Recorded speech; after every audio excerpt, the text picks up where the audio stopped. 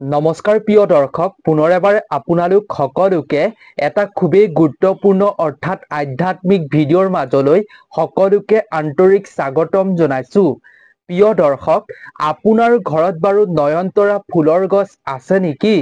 যদি আপোনাৰ ঘৰত নয়নতৰা ফুলৰ গছ আছে, তেন্তে আপুনি আজিৰ এই ভিডিঅ'টো সম্পূৰ্ণকৈ চাব। কিয়নো প্ৰিয় দৰ্শক, এখন ঘৰত যদি নয়নতৰা ফুলৰ গছ সঠিক দিশত নাথাকে, তেতিয়াহ'লে ঘৰখনলৈ বহুতো বিপদ আহিব পাৰে। ঘৰখনলৈ অকাল মৃত্যুৰ দৰে বহুতো ডাঙৰ বিপদ আহিব পাৰে। সেইবাবে আপুনি ঘৰখনক বিপদৰ পৰা ৰক্ষা কৰিবৰ বাবে আপুনি সঠিক দিশত নয়নতৰা ফুলৰ গছ ৰখাটো খুবেই জৰুৰী। আৰু আপুনি কোন দিশত ঘৰত নয়নতৰা ফুলৰ গছ ৰাখিলে আপোনাৰ ঘৰখন আৰ্থিকভাৱে উন্নতি হ'ব পাৰিব, ঘৰখনত সুখ সমৃদ্ধিৰে বিৰাজ কৰিব, লগতে কোন দিশত ৰাখিলে ঘৰখনত লক্ষ্মী দেৱীৰ কৃপা সদায় বিৰাজমান হৈ থাকিব, আপোনাৰ সকলো মনোবাঞ্ছা পূৰ্ণ হ'ব, যি বিচাৰিব সেয়া আপুনি পাবলৈ সক্ষম হ'ব পাৰিব। আজিৰ ভিডিঅ'টোৰ জৰিয়তে আপুনি সুন্দৰভাৱে সকলোবিলাক কথা জানিব পাৰিব। প্ৰিয় দৰ্শক, আজিৰ এই ভিডিঅ'টোৰ জৰিয়তে আমি নয়নতৰা ফুল এখন ঘৰত কোনটো দিশত থাকিব লাগে আৰু কোনটো দিশত ৰোপণ কৰিব নালাগে, লগতে নয়নতৰা ফুলেৰে আপুনি কেনেধৰণৰ উপায় কৰিব পাৰে, নয়নতৰা ফুল আপুনি কোন দেৱ দেৱীৰ শ্ৰীচৰণত এই নয়নতৰা ফুল অৰ্পণ কৰিব লাগিব, আজিৰ ভিডিঅ'টোত আমি সকলো কথা শ্বেয়াৰ কৰিম। যদি আপুনি ধন প্ৰাপ্তি কামনা কৰে বা আপুনি ব্যৱসায় বাণিজ্যত উন্নতি হ'ব বিচাৰে, যদি ব্যৱসায়ত লোকচানৰ সন্মুখীন হৈছে, যদি কামত আপুনি বিফলতাৰ সন্মুখীন হৈছে, বহু চেষ্টা কৰাৰ পাছতো আপুনি বাৰে বাৰে বিফলতাই লাভ কৰিছে, লগতে যদি আপোনাৰ জীৱনত ধাৰ ঋণৰ সমস্যা আছে আৰু আপুনি বহু চেষ্টা কৰিও সেই ধাৰ ঋণৰ পৰা যদি আপুনি সকাহ পাব পৰা নাই, মুক্ত হ'ব পৰা নাই, আজিৰ ভিডিঅ'টোত আমি এনে দুটা উপায় দিম, যি উপায় আপুনি নয়নতৰা ফুলেৰে কৰিব লাগিব।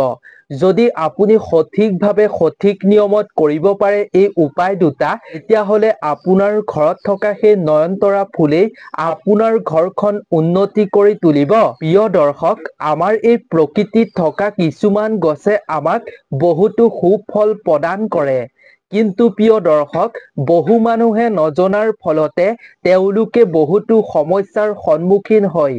প্ৰকৃতিৰ এনে কিছুমান গছ-গছনি আছে, যি গছ-গছনিয়ে এখন ঘৰক উন্নতিও কৰিব পাৰে আৰু ধ্বংসৰ মুখলৈও ঠেলি দিব পাৰে। কাৰণ সঠিক নিয়ম, সঠিক দিশ যদি নাজানে, তেতিয়াহ'লে সেইখন ঘৰত অপায় অমংগল সদায় বৃদ্ধি হয়। সেইবাবে আপোনাৰ ঘৰত যদি নয়নতৰা ফুলৰ গছ আছে, তেন্তে আজিৰ ভিডিঅ'টো সম্পূৰ্ণকৈ চাওক। আপুনি নিশ্চয় দেখিছে, ধনী মানুহৰ আগফালৰ চোতালত তেওঁলোকে ৰোপণ কৰি ৰাখে এই নয়নতৰা ফুল। নয়নতৰা ফুলৰ গছ দেখিবলৈ খুবেই ধুনীয়া। আপুনি বাৰু জানেনে প্ৰিয় দৰ্শক, ধনী মানুহৰ চোতালত কিয় এই নয়নতৰা ফুল প্ৰায় দেখিবলৈ কিয় পোৱা যায়? ইয়াৰ মাজৰ ৰহস্য কি আপুনি বাৰু জানেনে? আজিৰ ভিডিঅ'টো আপুনি চাওক, তেতিয়া আপুনি নিজে বুজি পাব আচলতে ধনী মানুহৰ ঘৰত কিয় আগফালৰ চোতালত এই নয়নতৰা ফুলৰ গছ দেখিবলৈ পোৱা যায়। গতিকে প্ৰিয় দৰ্শক, ভিডিঅ'টোৰ মাজলৈ আগবঢ়াৰ পূৰ্বে আপোনালোকক এটা কথা ক'ব বিচাৰো, আপোনালোকে যদি বাস্তুশাস্ত্ৰক বিশ্বাস কৰে, বাস্তুশাস্ত্ৰৰ উপদেশ বিশ্বাস কৰে, তেতিয়াহ'লে আপুনি আজিৰ ভিডিঅ'টো সম্পূৰ্ণকৈ চাব। কিয়নো প্ৰিয় দৰ্শক, আমি আজিৰ ভিডিঅ'টো বাস্তুশাস্ত্ৰৰ অনুসৰিয়ে প্ৰস্তুত কৰা হৈছে। বাস্তুশাস্ত্ৰৰ অনুসৰি কোন দিশত নয়নতৰা গছ থাকিলে ঘৰখনৰ হানি হয়, সৰ্বপ্ৰকাৰে দুখ কষ্ট আহে, অপায় অমংগল হয়, আৰু কোন দিশত থাকিলে ঘৰখনৰ উন্নতি হয়, সুখ সমৃদ্ধি হয়, আৰু আপোনাক যি দুটা উপায় শ্বেয়াৰ কৰিম আজিৰ ভিডিঅ'টোত, এই উপায় দুটাও আমি বাস্তুশাস্ত্ৰৰ অনুসৰিয়ে প্ৰস্তুত কৰা হৈছে। সেইবাবেই বাস্তুশাস্ত্ৰৰ যদি কথা বিশ্বাস কৰে তেতিয়াহে ভিডিঅ'টো চাব। গতিকে প্ৰিয় দৰ্শক, যদি আপুনি বাস্তুশাস্ত্ৰক বিশ্বাস কৰি ভিডিঅ'টো চাবলৈ আৰম্ভ কৰিছে তেন্তে ভিডিঅ'টোৰ কমেন্ট ছেকশ্যনত আপুনি জয় মা লক্ষ্মী আৰু হৰ হৰ মহাদেৱ বুলি এটা কমেন্ট লিখি ভিডিঅ'টো ধ্যান দি শেষলৈকে চাই থাকিব।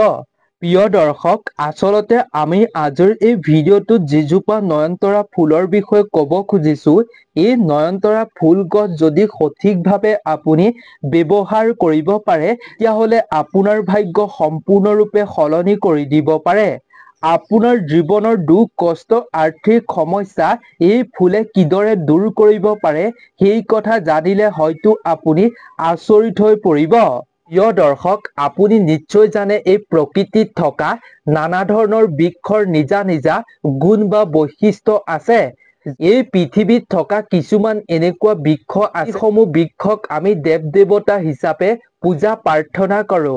যিদৰে তুলসী গছত লক্ষ্মী দেৱীয়ে বাস কৰে বুলি আমি পূজা অৰ্চনা কৰোঁ, ঠিক সেইদৰে আহঁত গছত যিদৰে আমি ভগৱান বিষ্ণুৱে বাস কৰে বুলি পূজা কৰোঁ, সেইদৰে আমাৰ প্ৰকৃতিত থকা কিছুমান বৃক্ষ আমাৰ বাবে পূজনীয় হয়। তাৰ মাজৰে এবিধ হৈছে প্ৰিয় দৰ্শক নয়নতৰা ফুল। এই নয়নতৰা ফুল যদি আপুনি সঠিকভাৱে ব্যৱহাৰ কৰে তেতিয়াহ'লে আপোনাৰ সমস্ত দুখ কষ্ট জীৱনৰ পৰা দূৰ কৰিব পাৰিব।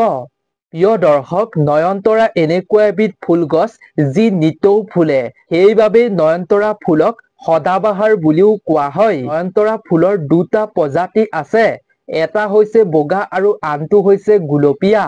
বগা নয়নতৰা ফুল মা লক্ষ্মীৰ অতিকৈ প্ৰিয় বুলি কোৱা হৈছে। এই বগা নয়নতৰা ফুল মা লক্ষ্মীক অৰ্পণ কৰিলে মা লক্ষ্মী সোনকালে প্ৰসন্ন হয় বুলি কোৱা হৈছে।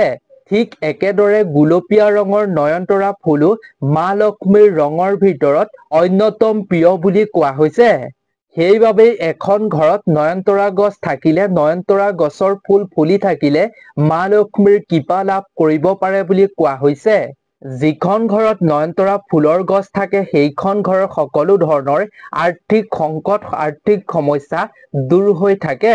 কেৱল প্ৰিয় দৰ্শক, মাতা লক্ষ্মীৰে নয়নতৰা ফুল প্ৰিয় নহয়, ভগৱান শিৱৰো এই ফুল অতিকৈ প্ৰিয় হয়। নয়নতৰা ফুল ভগৱান শিৱক অৰ্পণ কৰিলেও আপোনাৰ জীৱনৰ সকলো ধৰণৰ জটিলতা দূৰ কৰিব মহাদেৱে। এই ফুল মহাদেৱক অৰ্পণ কৰিলে আপোনাৰ জীৱনৰ পৰা সকলো ৰাহু কেতুৰ দুখ দূৰ হৈ পৰিব, সকলো অপশক্তিৰ প্ৰভাৱ দূৰ হৈ পৰিব। যেতিয়াই আপুনি মহাদেৱক বগা নয়নতৰা ফুল অৰ্পণ কৰিব তেতিয়াই আপুনি আপোনাৰ মনৰ সকলো আশা আকাংক্ষাৰ কথা প্ৰকাশ কৰিব লাগে। প্ৰিয় দৰ্শক, এতিয়া আমি প্ৰথমতে আহক জানি লওঁ উপায় দুটাৰ বিষয়ে। তাৰ পাছত আমি আপোনালোকক জনাম কোন দিশত আপুনি নয়নতৰা ফুল ৰোপণ কৰিব থাকিব লাগিব আপোনাৰ ঘৰত আৰু কোন দিশত থাকিব নালাগিব। প্ৰিয় দৰ্শক, প্ৰথমতে আমি বগা নয়নতৰা ফুলেৰে কৰিব পৰা এটা উপায়ৰ বিষয়ে শ্বেয়াৰ কৰিম। প্ৰিয় দৰ্শক, ইয়াৰ বাবে আপুনি শুক্ৰবাৰৰ দিনা সূৰ্য অস্তৰ আগতে আপুনি নয়নতৰা ফুল ছিঙি আনিব। মনত ৰাখিব, সূৰ্য অস্তৰ আগতেই ছিঙিব। 21 পাহ বা 27 পাহ ছিঙিব লাগিব, তাতকৈ বেছি বা কম নিছিঙিব। 21 পাহ ফুলৰ উপায়ো বেলেগ আৰু 27 পাহ ফুলৰ উপায়ো বেলেগ হ'ব। যদি আপুনি 27 পাহ ফুল ছিঙি আনে তেতিয়া আপুনি ভালদৰে সেই ফুলখিনি ধুই প্ৰাৰ্থনা গৃহৰ ওচৰলৈ লৈ যাব আৰু তাৰ পাছত এগছি চাকি জ্বলাব। তাৰ পাছত এখন ৰঙা কাপোৰ আপুনি মন্দিৰ বা প্ৰাৰ্থনা গৃহত ৰাখিব। তাৰ পিছত সেই 27 পাহ ফুলৰ পৰা এডাল মালা গাঁঠিব। মালাডাল গাঁঠি আপুনি মা লক্ষ্মীক অৰ্পণ কৰি পিন্ধাই দিব। মালাডাল পিন্ধোৱাৰ আগতে 27 বাৰ আপুনি মা লক্ষ্মীৰ যিকোনো এটা মন্ত্ৰ জপ কৰিব। যদি কোনো মন্ত্ৰ মনত নাথাকে তেতিয়াহ'লে মা লক্ষ্মীয়ে নমঃ এইদৰে 27 বাৰ জপ কৰিব। এইদৰে 27 বাৰ জপ কৰাৰ পাছত মালাডাল আপুনি মা লক্ষ্মীক পিন্ধাই দিব। তাৰ পিছত হালধি আৰু কুমকুমেৰে মা লক্ষ্মীক ফোঁট দিব। তাৰ পিছত আপুনি লক্ষ্মী পাঁচালি পাঠ কৰিব। তাৰ পিছত লক্ষ্মী দেৱীক আৰতি কৰিব। এটা কথা মনত ৰাখিব, যেতিয়াই লক্ষ্মী পাঁচালি পাঠ কৰিব তাৰ পাছত যিখন ৰঙা বস্ত্ৰ মাৰ চৰণত থৈছিল প্ৰাৰ্থনা গৃহত, সেইখন ৰঙা বস্ত্ৰত আপুনি হালধি সানিব আৰু সেই ৰঙা কাপোৰখনত আপুনি চাউল বান্ধিব লাগিব। যদি আপুনি 27টা ফুলৰ মালা বনাইছে তেতিয়াহ'লে 27টা গোটা চাউল দিব লাগিব। যদি আপুনি 21টা ফুলৰ মালা দিছে তেন্তে 21টা গোটা চাউল আপুনি বান্ধিব লাগিব। চাউল কেইটা সদায় গোটা ল'ব, ভঙা চিঙা নল'ব। যেতিয়া আপুনি ৰঙা বস্ত্ৰখনত চাউল বান্ধিব তেতিয়া আপুনি মা মহালক্ষ্মীয়ে নমঃ এইদৰে জপ কৰিব। লগতে যিডাল মালা আপুনি বনাই দিছিল সেইডাল মালা আনি আপুনি কাপোৰখনৰ ওপৰত ৰাখিব। এইখিনি বস্তু আপুনি একেলগে গোটাই লৈ সজাই লৈ তাৰ পাছত তাৰ ওপৰত আপুনি অলপ সেন্দুৰ ছটিয়াই দিব। সেন্দুৰ ব্যৱহাৰ কৰাৰ ক্ষেত্ৰত মনত ৰাখিব নতুন সেন্দুৰহে ব্যৱহাৰ কৰিব লাগিব। এইখিনি কৰাৰ পাছত ৰঙা কাপোৰখনে এটা টোপোলা সাজিব। তাৰ পিছত আপুনি শুক্ৰবাৰে যিহেতু কৰিব এই কামটো, শুক্ৰবাৰৰ দিনাই ৰাতি আপোনাৰ ঘৰৰ ধন থোৱা স্থানত আপুনি এই বস্তুকেইটা ৰাখিব। এই কামটো শুক্ৰবাৰৰ নিশা আপুনি 8 বজাৰ আগতেই কৰিবলৈ চেষ্টা কৰিব। প্ৰিয় দৰ্শক, যিটো উপায় আমি আপোনালোকৰ লগত শ্বেয়াৰ কৰিলো এই উপায়টো আপুনি 4টা শুক্ৰবাৰে কৰিব লাগিব। যদি আপুনি 27টা ফুলৰ মালা বনাইছে আৰু যদি আপুনি 21টা ফুলৰ মালা বনাইছে তেন্তে আপুনি 5টা শুক্ৰবাৰে এই কামটো কৰিব লাগিব। আপুনি 4টা বা 5টা শুক্ৰবাৰে যেতিয়া এই উপায়টো কৰিব, প্ৰতিটো শুক্ৰবাৰে কৰোঁতে আপুনি এই বস্তু কেইটা নতুনকৈ ল'ব। একেখিনি বস্তুকে ব্যৱহাৰ নকৰিব। তাৰ পাছত আপুনি 4ৰ পৰা 5টা শুক্ৰবাৰে কৰাৰ পাছত শেষৰটো শুক্ৰবাৰে আপুনি সেই ৰঙা কাপোৰখনত বান্ধি থোৱা বস্তু কেইটা নি ঘৰৰ এটা পবিত্ৰ ঠাই অৰ্থাৎ ভাল ঠাইত আপুনি পুতি দিব। আপুনি ৰঙা বস্ত্ৰখন নুপুতিব, সেই বস্ত্ৰখন আনি আপুনি মা লক্ষ্মীৰ চৰণত অৰ্পণ কৰিব। প্ৰিয় দৰ্শক, এইটো এটা অতি সহজ আৰু চমৎকাৰী উপায়। এই উপায়টো যদি সঠিকভাৱে কৰে তেতিয়াহ'লে জীৱনৰ সমস্যা দূৰ হ'ব আৰু আপুনি বিফলতাৰ সন্মুখীন কোনোদিন হ'বলগীয়া নহ'ব। আপোনাৰ জীৱনৰ আপোনাৰ ঘৰখনৰ সকলো ধৰণৰ জটিলতা সমস্যা দূৰ হ'ব এই উপায়টো কৰাৰ দ্বাৰা। প্ৰিয় দৰ্শক, এইটো আছিল বগা নয়নতৰা ফুলেৰে কৰা প্ৰথমটো ধন প্ৰাপ্তি আৰু সা সম্পত্তি উন্নতিৰ বাবে ঘৰখনত কৰিব লগা প্ৰথমটো উপায়। এতিয়া জানো আহক আমি দ্বিতীয়টো উপায়ৰ বিষয়ে। দ্বিতীয়টো উপায় হৈছে প্ৰিয় দৰ্শক, আপোনাৰ মনত যদি বিশেষ কিছু ইচ্ছা আছে, সন্তান প্ৰাপ্তিৰ ইচ্ছা আছে, সন্তানৰ সুখ লাভ কৰিব বিচাৰে তেন্তে এই উপায়টো আপুনি কৰাটো জৰুৰী। লগতে আপুনি যদি এজন ভাল জীৱন সংগী লাভ কৰিব বিচাৰে তেন্তে এই উপায়টো কৰিলে আপুনি এজন ভাল জীৱন সংগী লাভ কৰিবলৈ সক্ষম হ'ব। বিবাহত থকা সকলো ধৰণৰ বাধা দূৰ হ'ব এই উপায়টো কৰাৰ দ্বাৰা। এই উপায়টোৰ বাবে আপুনি গুলপীয়া নয়নতৰা ফুলৰ 9পাহ ফুল ল'ব আৰু তাৰ পাছত এটা তামৰ ঘটি ল'ব। ঘটিটোত পানী ল'ব আৰু পানীত আপুনি 9পাহ গুলপীয়া ফুল আপুনি তিয়াই ৰাখিব। লগতে আপুনি এই উপায়টো সোমবাৰৰ দিনা ৰাতিপুৱা কৰিব লাগিব। পুৱাৰ বেলাত কৰাটো খুবেই ভাল। ৰাতিপুৱা আপুনি সোমবাৰৰ দিনা স্নান কৰি শুদ্ধ বস্ত্ৰ পৰিধান কৰি আপুনি সেই তামৰ ঘটিটোত যি পানীত তিয়াই থৈছে ৰঙা গুলপীয়া 9পাহ ফুল, সেই আপুনি ফুলখিনি লৈ গৈ শিৱ মন্দিৰত শিৱলিংগত অৰ্পণ কৰিব। অৰ্পণ কৰাৰ সময়ত আপুনি ওম নমো শিৱায় এইদৰে জপ কৰিব। তাৰ পাছত আপুনি অৰ্পণ কৰিব। অৰ্পণ কৰাৰ সময়ত আপোনাৰ সকলো মনৰ কামনা ইচ্ছাৰ কথা প্ৰকাশ কৰিব। আপুনি যি সন্তানৰ সুখ লাভ কৰিব বিচাৰে, আপুনি জীৱনৰ পৰা বিফলতা দূৰ কৰি সফলতা যে পাব বিচাৰে, লগতে জীৱন সংগী পাব বিচাৰে, এই সকলো ধৰণৰ আপোনাৰ যিকোনো মনৰ ইচ্ছা প্ৰকাশ কৰিব। তেনে কৰিলে মহাদেৱে অতি কম দিনৰ ভিতৰতে আপোনাৰ সকলো ইচ্ছা পূৰ্ণ কৰিব। কাৰণ প্ৰিয় দৰ্শক, নয়নতৰা ফুল মহাদেৱৰো অতিকৈ প্ৰিয় হয়। এই ফুল অৰ্পণ কৰিলে মহাদেৱৰ লগতে শনি দেৱতাও প্ৰসন্ন হয়। শনিৰ দোষৰ পৰাও মুক্ত হ'ব পাৰিব এই ফুল অৰ্পণ কৰি। গতিকে আপুনি এই আধ্যাত্মিক উপায় দুটা ভক্তি মনেৰে কৰক, আপোনাক নিশ্চয় সুফল প্ৰদান কৰিব ভগৱানে।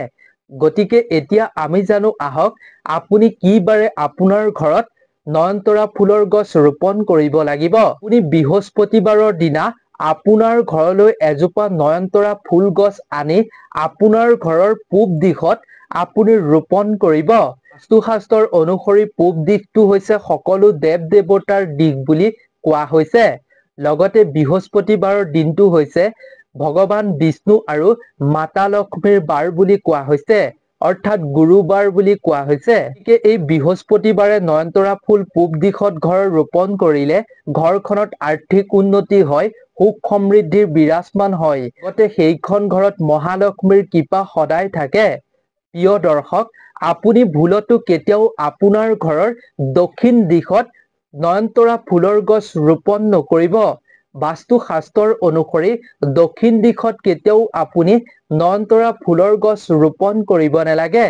নয়নতৰা ফুলৰ গছ দক্ষিণ দিশত ৰোপণ কৰিলে ঘৰলৈ বহুতো বিপদ বিঘিনি আহে। এই দিশত আপুনি নয়নতৰা ফুলৰ গছ ৰোপণ কৰিলে অকাল মৃত্যুৰ ভয় বেছিকৈ হয়। সেইবাবেই দক্ষিণ দিশত আপুনি ভুলতো কেতিয়াও ৰোপণ নকৰিব। পূব দিশত ৰোপণ কৰিবলৈ চেষ্টা কৰিব সদায়। এই দিশটো সকলো দেৱ দেৱতাৰ দিশ বুলি কোৱা হৈছে। গতিকে আজিৰ এই ভিডিঅ'টো ইমানেই আছিল। আশা কৰোঁ ভিডিঅ'টো চাই নিশ্চয় ভাল পালে। গতিকে এইখিনি নিয়ম পালন কৰি আপুনি নয়নতৰা ফুল ৰোপণ কৰক আৰু এই উপায় দুটা কৰক।